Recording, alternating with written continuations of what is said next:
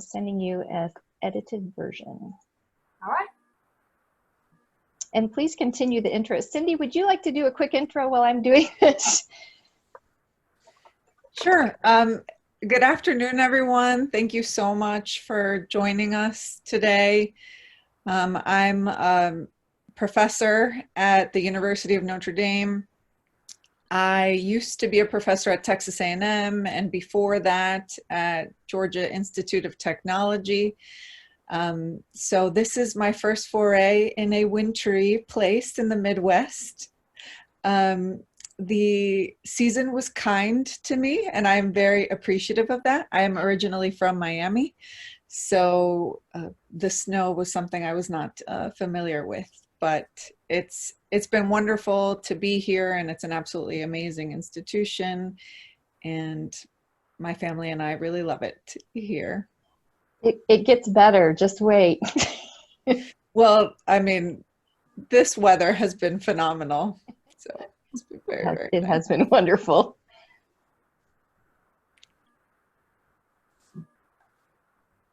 Apologize, folks. I'm not sure why my slides are giving me trouble today.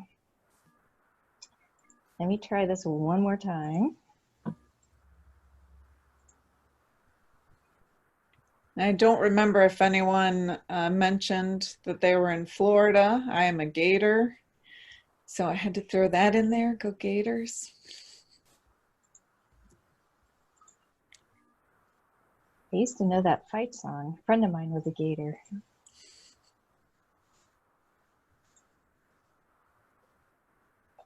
There we go. This is not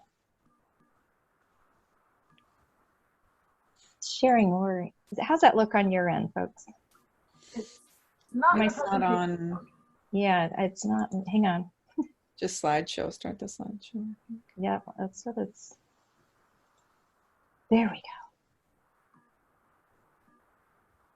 How's that from there, Cindy? Perfect. Yep. Okay. So I'll do thank you for starting us out there, Cindy and Kalinda, but I'll do just a really quick introduction of our whole team here on the call. My name is Vicki Maris, and I'm an assistant director in the STAIR Center for Executive Education. And my fellow staff member and team member, Kalinda Hamilton, is here assisting, and both of us will be watching the chat as Professor Muir is teaching in her topic of change management. Professor Muir teaches in Module 1 of Certificate in Executive Management. Change management is day 2 of that module, and so we are really thrilled that she has offered to teach here today in this webinar, and is bringing these will be some snippets of her day-long topic in Module 1 of Certificate. She also is a certified instructor for teaching the experience change simulation, which we do as a part of that particular module. And it is a really neat learning experience. So if you're thinking about doing the certificate program, I share that as kind of a neat part of the day where we break into teams and work through a change simulation. I know we have a number of people on the call who are alumni of the program who've already been through that simulation. So if you want to share anything in the chat about your experience, we welcome that. And I know we have several people who are interested in the program, but I'm not going to spend a lot of time at all. Just we've got a slide here to show you the titles and the dates of our upcoming programs. Some of our spring programs have shifted to fall dates because of the pandemic and the social distancing and the things that we're trying to be aware of to keep you as safe as possible, and our staff and faculty and our undergraduate and graduate students on the campus. So we've made some adjustments in the past few months. We're so appreciative of all of your flexibility. I know we also have a number of friends and colleagues also on the call, maybe who have done other programs or who are brand new to Notre Dame. We welcome you if this is your very first experience. I would love to have you type in the chat if you have been through this program, Certificate in Executive Management. That would just be fun for the three of us to know. And if so, maybe what year you finished the program or this module. some people do just take one module of certificate, and that's completely fine if there's just one particular topic that you're interested in. We have a number of people that do that as well. As I have done in our past webinars, this is a series for May and June. So we have 3 more coming after this webinar today on change management principles. The last one of the series, we are moving out to July 8th. So if you are interested in the digital marketing topic, mark your calendar that it won't be the last Wednesday of June. We're going out to July 8th. There's some new data being released by the AMA that we want to be able to include for you in that webinar. So that's why we're doing that. The webinars are open to the public. Feel free to share the links around. Tomorrow we will do a follow-up call. It's a Zoom video chat with Professor Muir. And it's a smaller, more intimate conversation. So if this topic really interests you and you'd like to have a conversation with the people who are enrolled in the Certificate in Executive Management program, and we have had several guests that have joined those calls. They're very interesting. So let me know if you'd like to do that, and I'll send you the access info. It's just a Zoom link. So I'd be happy to email that to you. And we can also send you a PDF of the slides later if you're interested in having the slides. So each of these webinars, I have pulled up the list of registrants and I have spoken each of your names out loud. My husband and I were walking the farm driveway this morning, praying for your efforts in change management and your efforts in leadership. And all of us collectively here on this call and in the STAIR Center for Executive Education, the Mendoza College of Business, which the STAIR Center is a part of, and the University of Notre Dame. We appreciate your commitment to up-leveling as a leader and to spending this time with us here today. Professor Muir, would you like to take it on from here? Yes, thank you, Vicki, for that introduction. And again, thank you all for joining us today.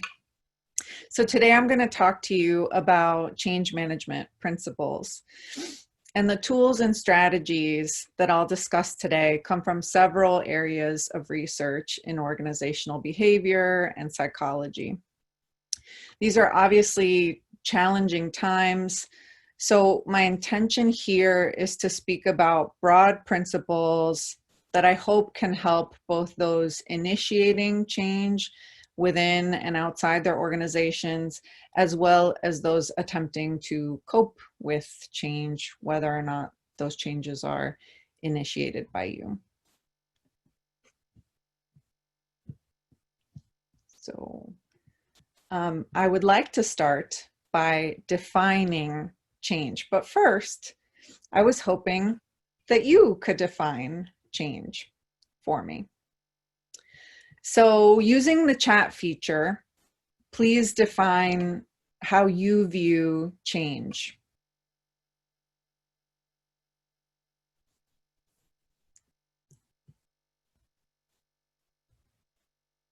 So how would you define change? And it can just be one word if you'd like. How do you personally define change?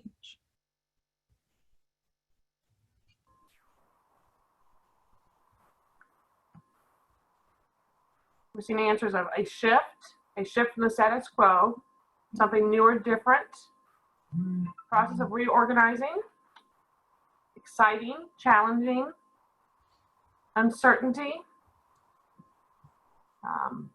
the people side. Yeah, make things different. Deviating from patterns, disruption, Yeah.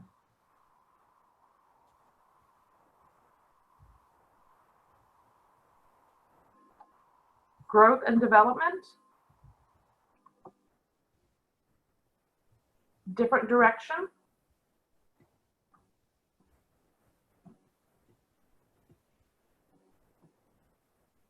Yeah, no, these are all great and typical of what we tend to see. So let me show you the kinds of descriptors that are typically used. So you can see here metamorphosis, transform, switch, and some of the descriptors that you all used. Now let's define change according to a strict dictionary definition. So here you see to make different, to replace, to undergo a modification of. Now today we're not just talking about change, we're talking about change management. So defining change management takes change a step further by adding that the intention is to influence behavior to assist with, as we described, modification, replacement, make different. So the change that we have in mind. Now, when many of you were describing or defining change, some of the words I noticed that you used can also get at how change makes you feel. So why don't we use the chat function to do the same thing, but now let's describe how change usually makes us feel. Uncertain, off balance, uncomfortable, stressed, excited, angry, anxious, opportunity, excited, curious, threatened, uncomfortable, excited, excited, but frustrated. Depending on how the change is managed. Yeah, so let me show you the words that I normally get when I ask this question. Worry if not communicated well, which absolutely overlap with what we're seeing here. And so what you might have noticed is that it's common for there to appear two factors here. If we could just go back. So one set represents negatively valenced descriptors. You all mentioned things like anxiety, stress, threat, but then the other factor is more positive in nature, right? Some of you mentioned excitement, being enthusiastic, opportunity, challenge. But the first words that come to mind are, unfortunately, the negatively valenced descriptors. So you can go to the next slide now. So this premise is referred to under various terms by psychologists. So for instance, Jonathan Haidt talks about this as the bad is stronger than good premise in his book, The Happiness Hypothesis. And so what he notes here is that evolutionarily speaking, responses to threats and unpleasantness are faster, stronger, and harder to inhibit than responses to opportunities and pleasures. The other way, spam call, excuse me. The other way that we might describe this is the negativity bias. And so you'll see lots of different headlines that talk about our tendency to attend to, learn from, and use negative information far more than we do positive information. So in a sense, it's an asymmetry in how we process positive and negative information. And this is a universal bias, if you will. So there's quite a bit of cross-national evidence here. And so it should be clear that while people have a tendency to focus on the negative with change, people also resist change for other reasons, not just because we're hardwired to view it negatively. So for one, people also need to be able to change. If you could click. We can all think of things where we have lacked the necessary capabilities, so the skills, the knowledge, the time to change.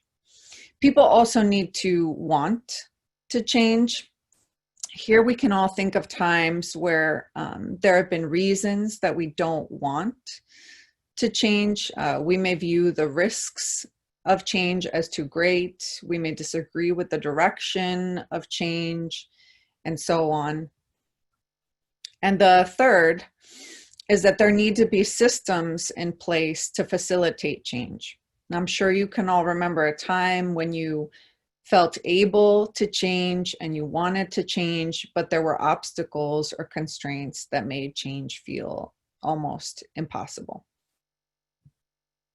So perhaps not surprising, right? Given the many reasons people resist change, the typical response to change initiatives at work is negative. The American Psychological Association conducted a survey of over 1,500 working adults in 2017 and found that change initiatives increase stress, work-life conflict, they reduce trust and job satisfaction, and increase employees' desire to quit. If you can read the fine print here, you get an A on your vision exam. But if not, it says almost 1/3 of US workers are cynical about organizational changes and management's motives. So not surprising, can you skip to the next one? So not surprising, next slide, please. Not surprising, people experience both a push and pull of change. So I just asked you to think about how change makes you feel, and we described both positive and negative emotional responses. So given that inevitable push and pull, it's helpful to understand the forces that help drive change and the forces that resist change. And to do that, Kurt Lewin developed the idea of conducting a force field analysis. So this is a tool that can help you decide whether or not to move forward with your change. So the point is that there are a lot of different factors or forces for and against change initiatives, and these are both internal and external forces, and we need to try to be as aware of them as possible. So as you consider, on the one hand, the driving forces for change, you'd ideally determine and analyze the business rationale and the need for change. As you consider the restraining forces, so this one is a bit more challenging for people, or what we might call the obstacles or the distractions to change. Consider the barriers to change that we just talked about: ability, desire, opportunity. These are sometimes a little bit harder for you to just come up with on your own, so I'd suggest to use as much data as you have available. And successful change here is going to be achieved by trying to strengthen and highlight those driving forces and finding ways to weaken or minimize the restraining forces.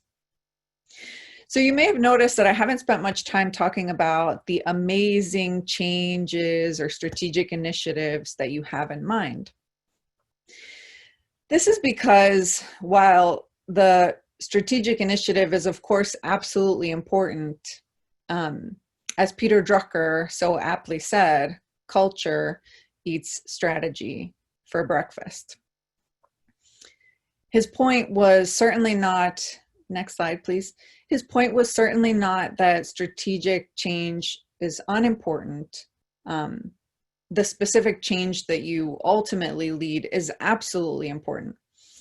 But I think this quote highlights that even the best change initiatives can suffer without a well thought out process for their implementation. And when we think about organizational change initiatives, what typically comes to mind is the strategy. Exactly which change is most beneficial to our organization. But in my view, that focus means we often understate how difficult strategic change actually is, and then we wonder why our organizations struggle so much with implementation. So once you decide that change is necessary and that it's worth some short-term pain, now you must think through how to approach the change process or the implementation. So here, how you manage the change process, here you'd rely on a change model. And by relying on a change model, in my opinion, it helps bring attention to the importance of the change process. Change is not an event, it is a process. For those of you that are familiar, you know that there are numerous change management frameworks. Some companies even have their own change model or steps they use to manage individual and organizational change. But because many of them are based, at least in part, on Kotter's work, today I'd like to talk to you about Kotter's change model. So I'm going to walk you through each step individually, but first I'd like to give you a broader overview of Kotter's change model. So the Kotter model starts with creating a sense of urgency. He reasoned that people, and this makes sense to me, will prefer the status quo unless they see an urgent need to change. So the next step, you then formulate a powerful guiding coalition that will help lead the change process and help you create the vision. So that's the first three steps. You'll notice that these first three steps focus on formulating the change initiative. The assumption then is that at the start, you're unlikely to know exactly what the change needs to look like. But once you've created a vision, now the rest of the steps, from communicating the vision all the way to the 8th step of anchoring the change, those steps focus on implementation. To me, what the model implies here is that, again, this is a process and it is a long process. So you should be prepared for that. Okay, so let's talk about step 1, creating a sense of urgency. Here, you need to be convinced, or you need to convince your employees that business as usual is not an option. How you ultimately go about creating a sense of urgency is, of course, up to you. But here we can draw from research on decision-making to help guide us. If you've read any work by Daniel Kahneman or Amos Tversky, then perhaps you've heard of the concept of a framing bias. Here, research shows us that people evaluate risk differently depending on how we frame the information we provide. And thus, they ultimately behave differently depending on how we frame information. Interestingly, studies have found that people tend to be, click next please, people tend to be less motivated when an incentive is framed as a means of getting something versus as a way of avoiding a loss. So again, if this is interesting to you, I'd highly recommend Daniel Kahneman's book, Thinking Fast and Slow. But applying those concepts to change, here we could speculate that focusing on what we lose if we keep the status quo might be more motivating to people than focusing on what we stand to gain with the change process. Step 2, forming a coalition.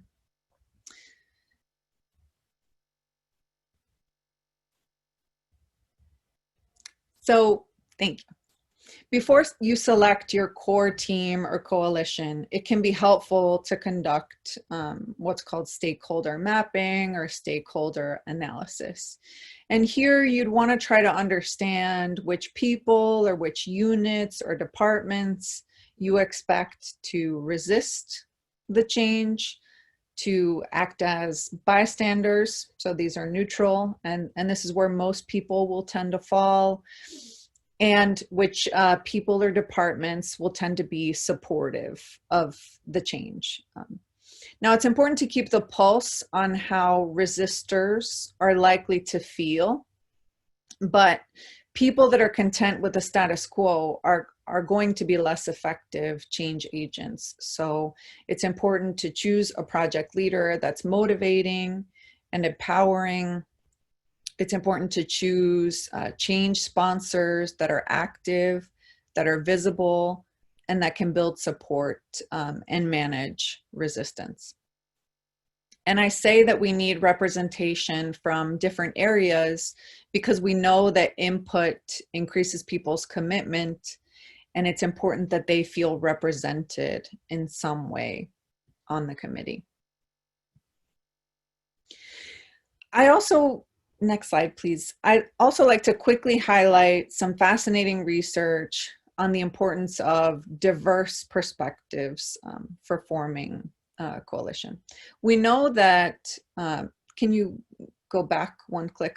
We know that diversity improves decision-making, but I want to highlight that the process is not easy.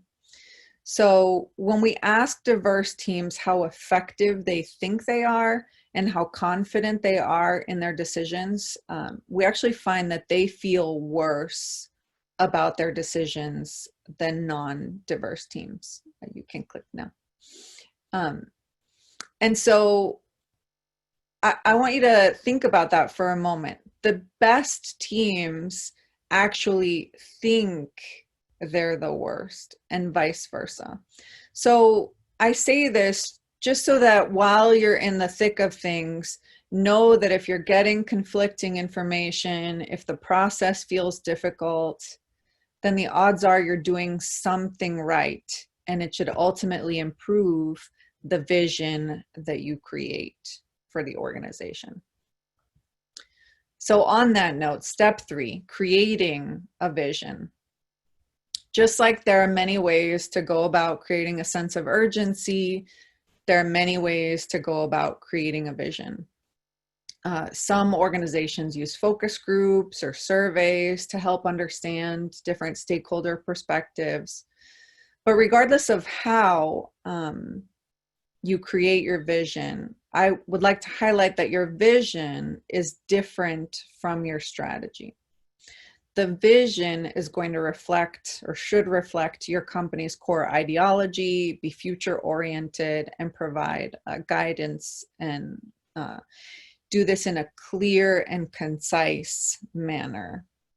Your strategy will be much more specific and is the nuts and bolts of what you're going to do, and that isn't necessarily what you're going to be communicating with everyone.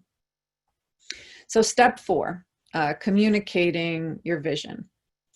As you might imagine, we could have a whole webinar just on communication. So this will certainly not be exhaustive, but because there's so much, I'll talk about this step a little bit more than I talk about other ones.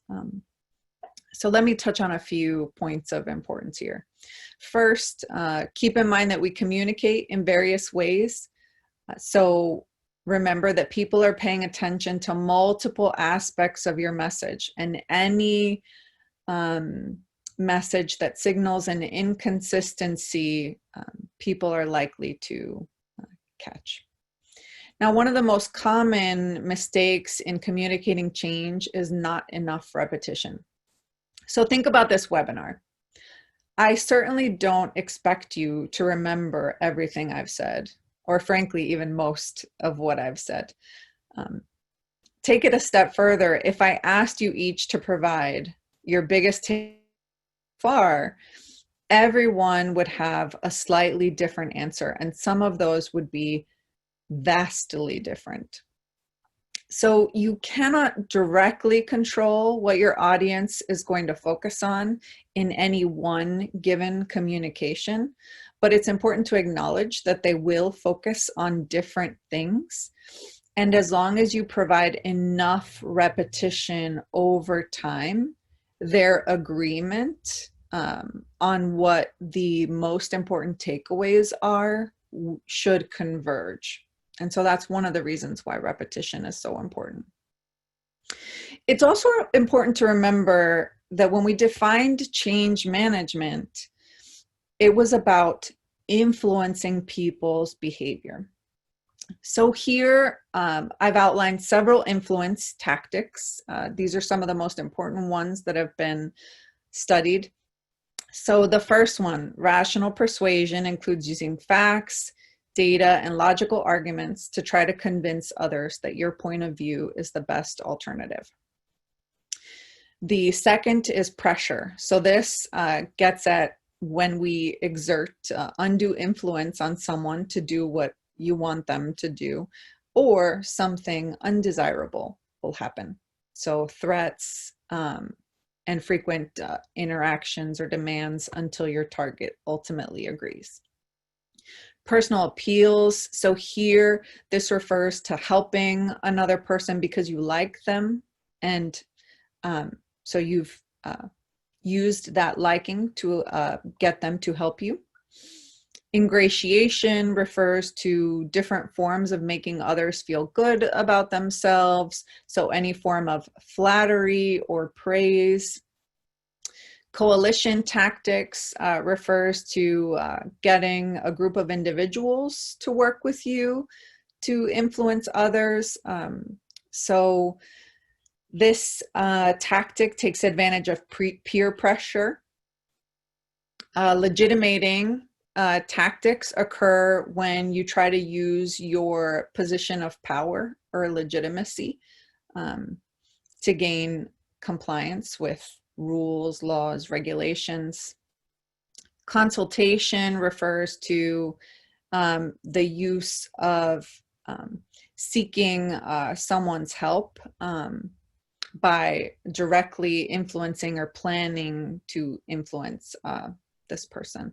And finally, inspirational appeals. So these seek to tap into your values, emotions, and beliefs to gain support for a request or course of action.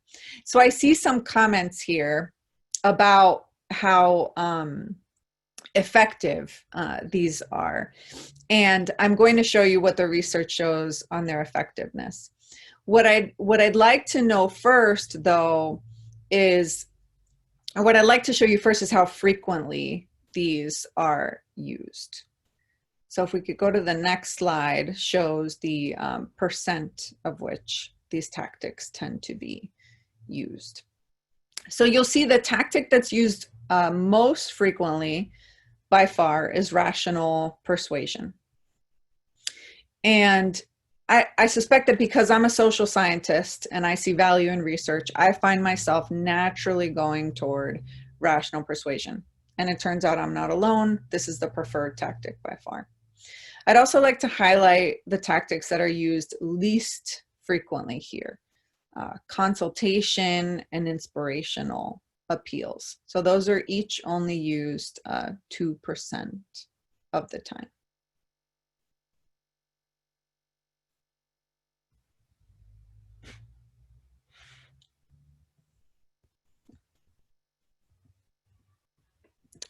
So what I'd like to do now is talk about how effective each of these tactics is. And there are, of course, a lot of ways to examine effectiveness, but one way is to look at resistance, compliance, or commitment. So resistance is when your influence target does not wish to comply with your request and either passively or actively repels your influence attempt. Compliance is when the target doesn't necessarily want to obey, but they do it anyway. And commitment occurs when your target not only agrees to the request, but they actively support it. And obviously, this is where we want people to be, right? This is how organizations get things done, not just with compliance, but really with commitment. So I wanted to get a sense of what, and I'm already seeing this in the chat, what we think are the most and least influential. So I believe we have some polls ready for you to weigh in.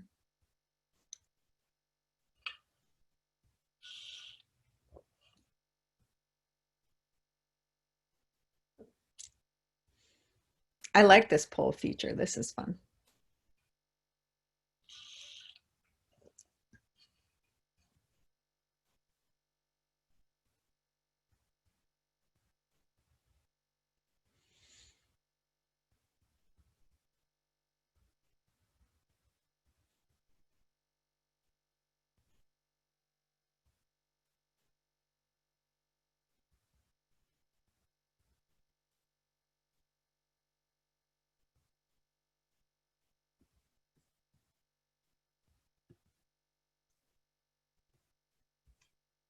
Cindy, would you like for me to launch the other poll, or do you want to end this one first and then go to the next?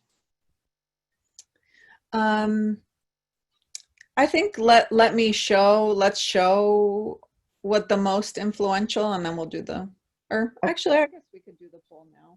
Can they both stay up? We'll find so out. we can see them.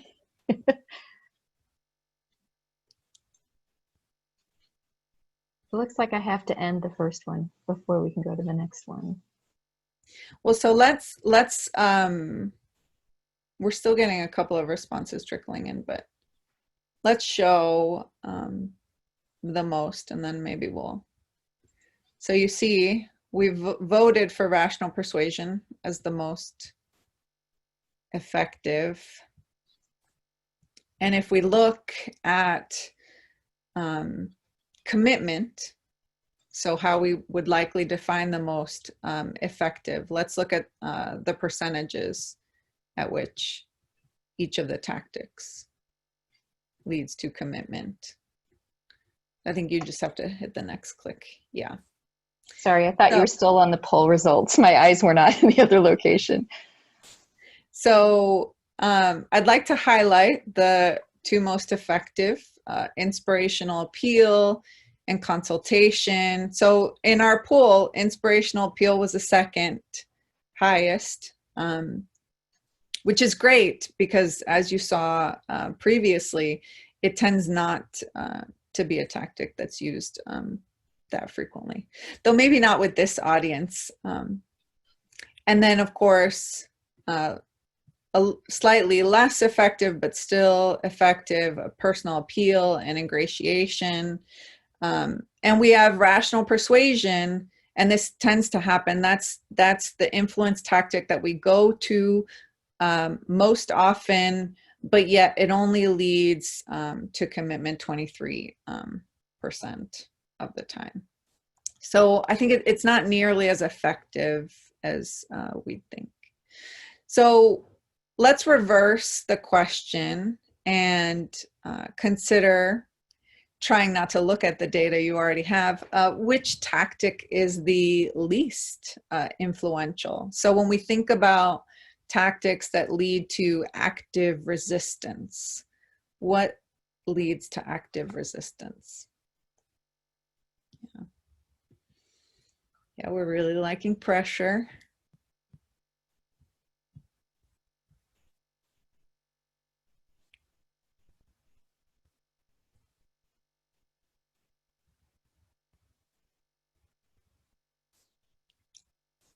It looks like, yeah, we're mostly picking pressure. And of course, what we'll reveal now is these are percentages. So you are certainly spot on. Pressure leads to active resistance most of the time, but so do some other tactics. And I know I only asked you to choose one, and you're thinking there were lots of these that I know lead to resistance, but great job as a group picking the one that leads to the most resistance. Can we click on the resistance results? Yes. So we see resist or pressure, 56%, coalitions. People don't like being ganged up on, and they don't like feeling forced to do something. But I think the rational persuasion result tends to be the one that's most surprising to people, that there is that much resistance to a focus on facts and figures. Thank you so much for participating in the poll. I appreciate that.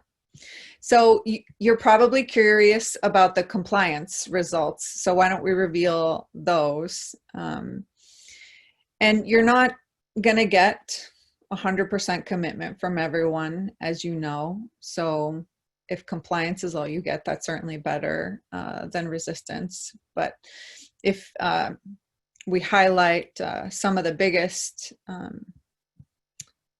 percentages for resistance, or excuse me, for compliance, that is coalition and legitimizing, but also personal appeal pressure and rational persuasion. I don't know if anyone mentioned this in the chat, but I saw, you know, it's hard for me to pay attention to everything, but I think I saw some mention that there are other influence tactics. If this is something that interests you, Robert Cialdini, and that is spelled Cialdini, has done quite a bit of research on the most effective influence tactics. He has a book. There's also like a 10-minute YouTube video that goes over some tactics that can be really useful. And of course, his focus is not on rational persuasion, but on these other tactics. So I hope the takeaway here is that persuasive communication involves more than providing people with facts and figures. It also has a strong emotional component. And so there are some really good resources specific to change and communicating change. For instance, the Heath brothers have a book called Switch, where they talk about this. I previously mentioned Jonathan Haidt's The Happiness Hypothesis. So both Switch and The Happiness Hypothesis use the analogy of a rider on an elephant. And the idea here is that the rider, or your facts and figures, can direct the elephant, but the rider is not in charge. And the elephant is the emotion. So the lesson here is do not neglect the elephant, if you will, in your change initiatives. So just have one final, I probably talked too much about communicating vision. One final slide just to provide you with some more resources that you may find useful on communicating the vision, but there's quite a bit of work on storytelling and how it can impact influence. I have not, full disclosure, I have not read these books. Every other book I've mentioned I've read. I have not read all of these books, but I've heard really good things. The last one, Resonate, Nancy Duarte has a great short YouTube video where she analyzes Martin Luther King Jr.'s I Have a Dream speech and talks to you about all of the great strategies he applied to his speech.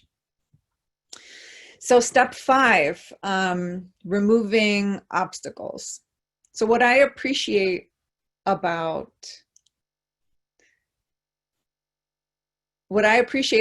this step in the Kotter model is that it highlights that well after you've initiated change, obstacles that you did not foresee will reveal themselves. And as you might imagine, some of those obstacles are going to be your people. And dealing with active resistance, of course, is challenging. So here the advice is to counter not with defensiveness, which can be the knee-jerk response when you've invested so much time and money and energy, but to instead provide empathy and support. We know that people find it valuable to be heard and to feel heard. But I'd also like to point out that this isn't just to make the other person feel good. Resistors are likely to have a perspective and be able to provide you with information that can be useful to you if you're open to it. So it may be frustrating, but try to see the positives there. So step 6, this step focuses on having a plan for and creating short-term wins. So the idea here is to ward against any momentum losses by celebrating proof that your change is working. And so what I'd like to, can we go back? So what I'd like to have you recall here is this idea of the bad is stronger than good, or the negativity bias. So if we rely on that, then it makes sense that research in different areas suggests a ratio of at least 5 positive interactions to 1 negative. You might be familiar with John Gottman and his research on married couples. He points to a 5-to-1 ratio of positive to negative interactions in romantic relationships. There's also some relatively new research in teams suggesting that the best performing teams have at least 5 positive interactions to every 1 criticism. So the premise with this step in the change model is that at some point we need to focus on the positives and the wins and leave behind the sense of urgency and perhaps the negative emotions that we were eliciting. So the last 2 steps, step 7 and step 8. So step 7, here you consolidate improvements and sustain the momentum for the change. And you might be vocal that this is going to continue to be a process, and it may take even years and sustained commitment. Step 8, here you're trying to institutionalize your new approach so that it's no longer the new approach, but it's part of your company DNA, so to speak. So this is the way we do things around here now. So that was Kotter's model. I'd like to talk about one more change model very briefly that has a very different focus from that of Kotter, and that is the Kübler-Ross change curve. And so this is based on research on the experiences of terminally ill patients. And there are several things I like about this model. For one, it visually shows how our assessment of a specific change evolves over time. Things will seem worse before they seem better. So it reminds us to expect a dip. For me, it also highlights the importance of managing the expectations of others. I've frequently seen change initiatives sold as the answer to everyone's problems and glossing over at best, or at worst, completely ignoring the difficulties and the obstacles that inevitably are going to pop up. What I also like about this is that this is a reminder that a dip will occur, but we do have some influence over how prolonged and deep the curve goes. And by following good change processes, we can absolutely flatten the curve. In addition to following a change model to flatten the curve, we can also influence the curve by paying close attention to what we say to ourselves and what we say to others. So what I mean here is that the mindset we take when we struggle influences the extent to which we are ultimately successful. Next slide, please. So many of you are aware of the idea of a self-fulfilling prophecy. So applied to change, it might look like this. Step 1, this change is impossible. Therefore, I reduce my efforts once things get challenging.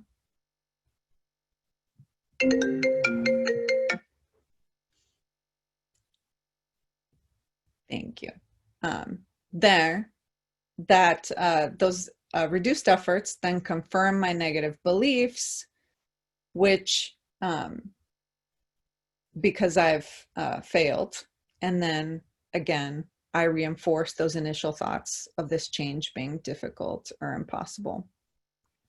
Carol Dweck and others have done some interesting research on mindset.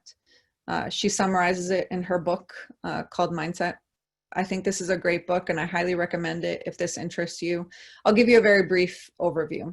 So Carol argues that people typically take what she calls either a fixed or a growth mindset. People with a fixed mindset believe that their basic abilities, intelligence, and talents are fixed traits. So in a growth mindset, however, people believe their abilities and intelligence can be developed with effort, learning, and persistence. The great and dangerous thing is that mindsets can be changed. So I mention this because it's of course important to acknowledge that change is difficult, but we have to also believe that we're up to the task of change if we don't want to fail before we've even started. I've heard some people describe change management as more of an art than a science. I suspect this sentiment comes from an acknowledgement that while strategy is key, there's an important emotional component here. I already mentioned the book Switch, which focuses heavily on the emotional component to change. Another great resource on using emotions strategically is a book called The Emotionally Intelligent Manager by David Caruso and Peter Salovey. So the relationship between emotions and our thoughts is complex, to say the least. What we think, of course, triggers our emotions, but it's also true that the emotions we experience also change the way we think. What I mean to say is when a person is happy, that creates positive thoughts. When a person is sad, that creates negative thoughts. This might remind you of cognitive behavioral therapy, which suggests that we can influence our thoughts and emotions if we work at it. So as you work through your change initiatives, know that you can and should focus on influencing both the thoughts and emotions of your employees and perhaps of yourself. Now, one of the thoughts you might have is that this all seems overly complex, and some of what I've discussed today may be overly complex for the change you're trying to make. I've sometimes heard the phrase, it's not rocket science, when comparing the difficulty of management principles to other hard sciences. Next slide, please. And it's true, it is not rocket science. Humans are a lot more complicated than rockets. So as you reflect on how to use the tools and principles I shared with you today, I'd like to leave you with this thought. Remember to drive your change through people and not your people through change. I hope this was useful to you. Thank you for listening. And I think we have a couple minutes for some Q&A. Yeah, we have a number of questions that have been coming up in the chat. And one of the first ones that appeared earlier in the conversation was related to the current time we're in, Cindy, especially in this, I'm reading the question now, okay? Especially in this time of the COVID pandemic, people are drowning our inboxes asking for updates. Any tips or phrases to help people understand that there's a bigger picture? The best thing they can do is wait for updates and not email us every day. Well, I think, so not reading the specific emails that you're getting, I think what some people may be looking for is affirmation that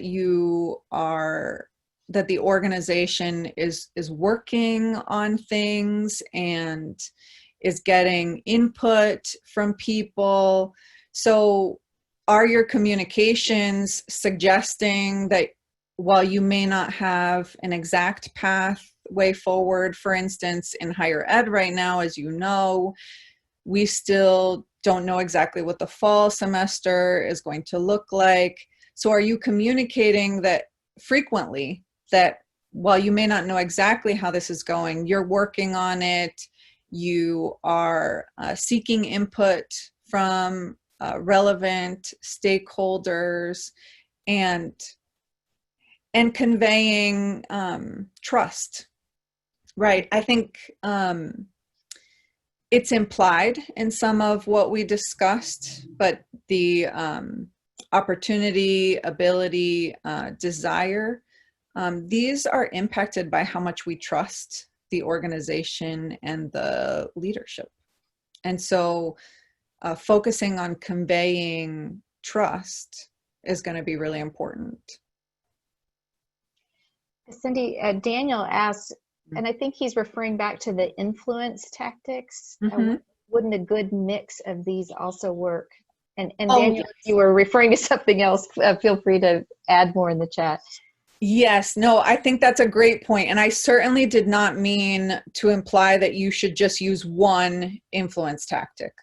Cialdini talks absolutely about the fact that you should use multiple influence tactics for various reasons.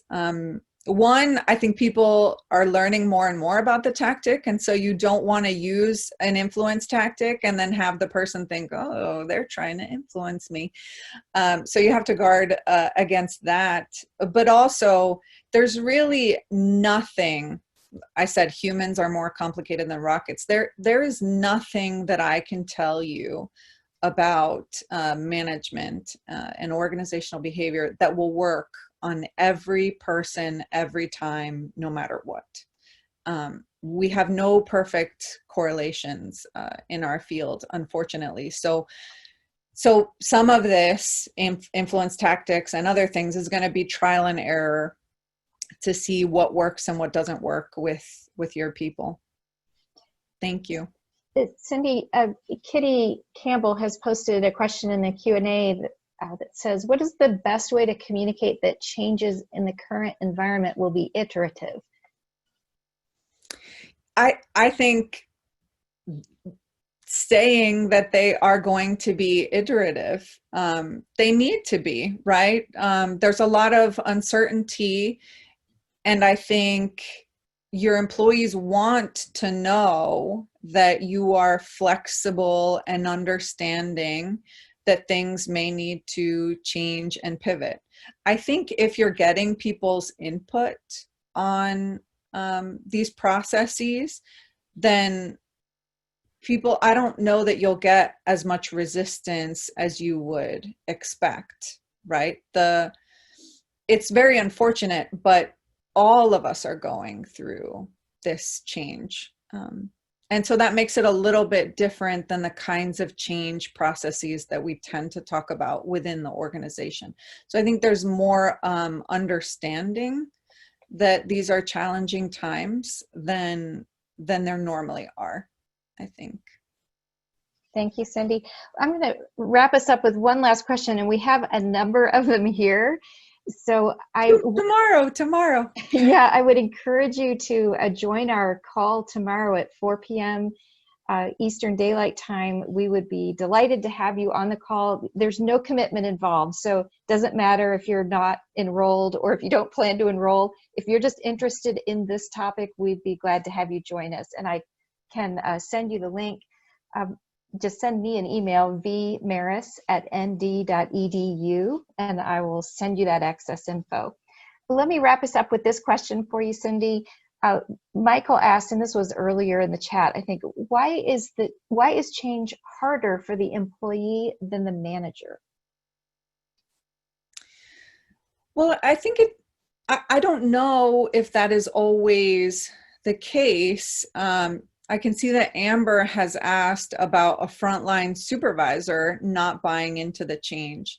It may be that the kind of situation you're referring to, managers have been more involved in the change process. And so if you think about it from that perspective, it can feel to employees like change is being pushed down upon us. And because management was involved, they naturally have more buy-in into the process. So I hope that at least given our time, I hope that at least partially answers the question. Yes, that's great. Thank you for addressing that. Thank you so much, Professor Muir. We really appreciate your time in preparing and sharing with us today on this topic of change management, which I think every single one of us on this call are dealing with in some way, shape, or form. Again, just one last request that you feel free to join us tomorrow. These Zoom video chats on Thursdays at 4 have been very interesting, and I have a feeling from the number of questions that have come in today that tomorrow's will be equally interesting. We appreciate each one of you who have been a part of this today, and hopefully see you tomorrow, but if not, maybe we will have you join us next Wednesday, 1 o'clock, for the webinar on emotional intelligence. Dana Conway is leading that discussion on Wednesday, and then also Thursday at 4. Thank you, Cindy. Appreciate it so much. Thank you.